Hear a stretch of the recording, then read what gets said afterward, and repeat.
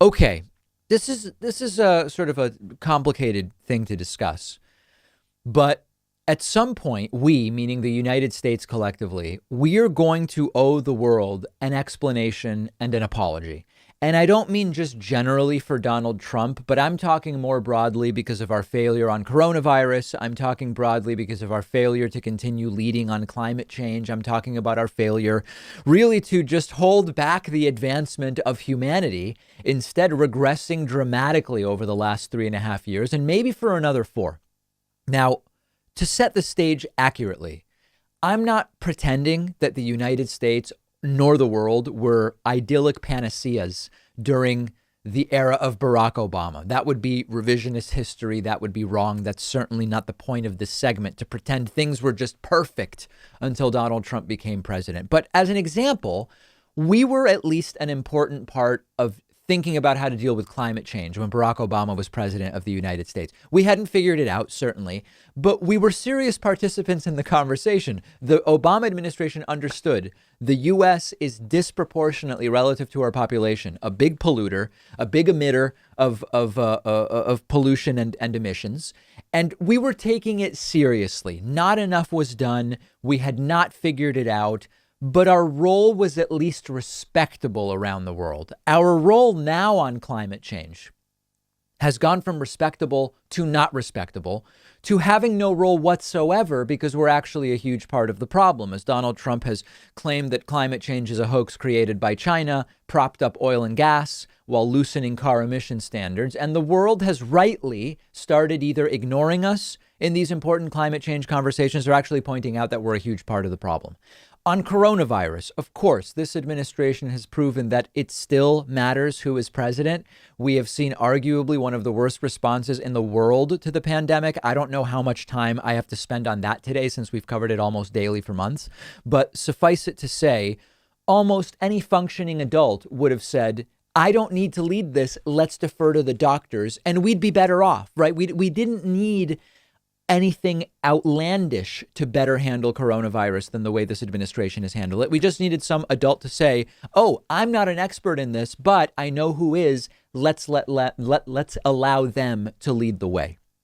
We've talked about voting Trump out as only being the first step. And that's true from a policy standpoint.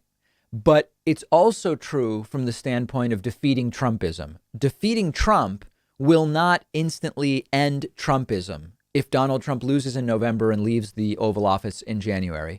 But there's another area in which defeating Donald Trump is only the first step, which is starting to rebuild our alliances around the world, starting to recover some semblance of respect from our historical allies and from the people of this planet. So this is not about being ashamed of the country, even though certainly you wouldn't be wrong to feel that right now, as we have become a laughingstock. This is not about punishing Trump supporters, although there's no doubt that they are responsible for the fact that this president was elected. This is about realizing that part of being respected again and rebuilding those relationships is going to be an implicit apology, some kind of explanation as to our commitment to fixing the disaster that the United States has been globally during the time of Donald Trump. Now, if Donald Trump were to win in November, the case for such an apology and an explanation and a rehabilitation of our reputation becomes much more difficult. Almost 63 million people voted for Donald Trump in 2016. The reality is some number close to that or even more are going to vote for him again in 2020. The question, of course, is going to be, do enough additional people vote for Joe Biden such that Donald Trump loses in the Electoral College? Now, in the next segment, I'm going to talk about the reality that any view that thinks Biden's got this is not based in fact. And I'm going to go into detail about that after the break. But let's imagine, even if Donald Trump is defeated in November, there will still be the inconvenient and humiliating reality that somewhere between probably 60 and 65 million Americans, in all likelihood, will have seen the last 4 years of Trump and the disaster that it's been. And they will say, I'm voting for another 4. And they will vote for Donald Trump a second time.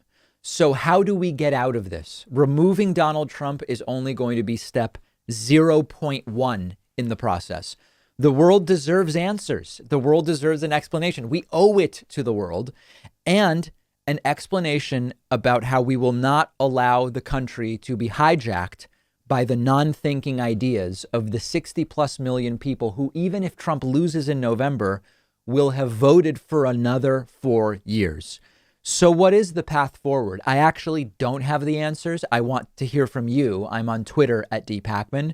We'll take a break and we'll follow up about this either tomorrow or next week. One of our sponsors is Cuts Clothing, and they're giving you 15% off of everything they offer when you go to davidpakman.com/cuts. That's CUTS. Cuts Clothing has completely changed the game when it comes to solid color t-shirts. Obviously, solid color t-shirts are an important staple in any wardrobe, which is all the more reason that you should be wearing t-shirts that you actually love.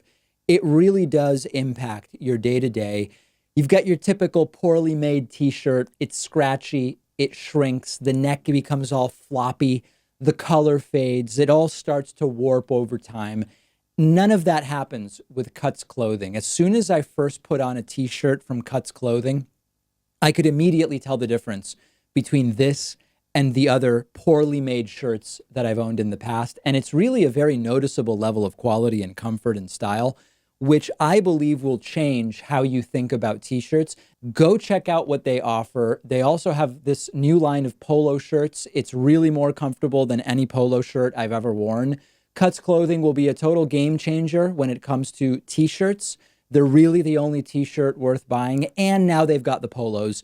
And you'll get 15% off when you go to davidpakman.com/cuts. That's davidpakman.com/CUTS.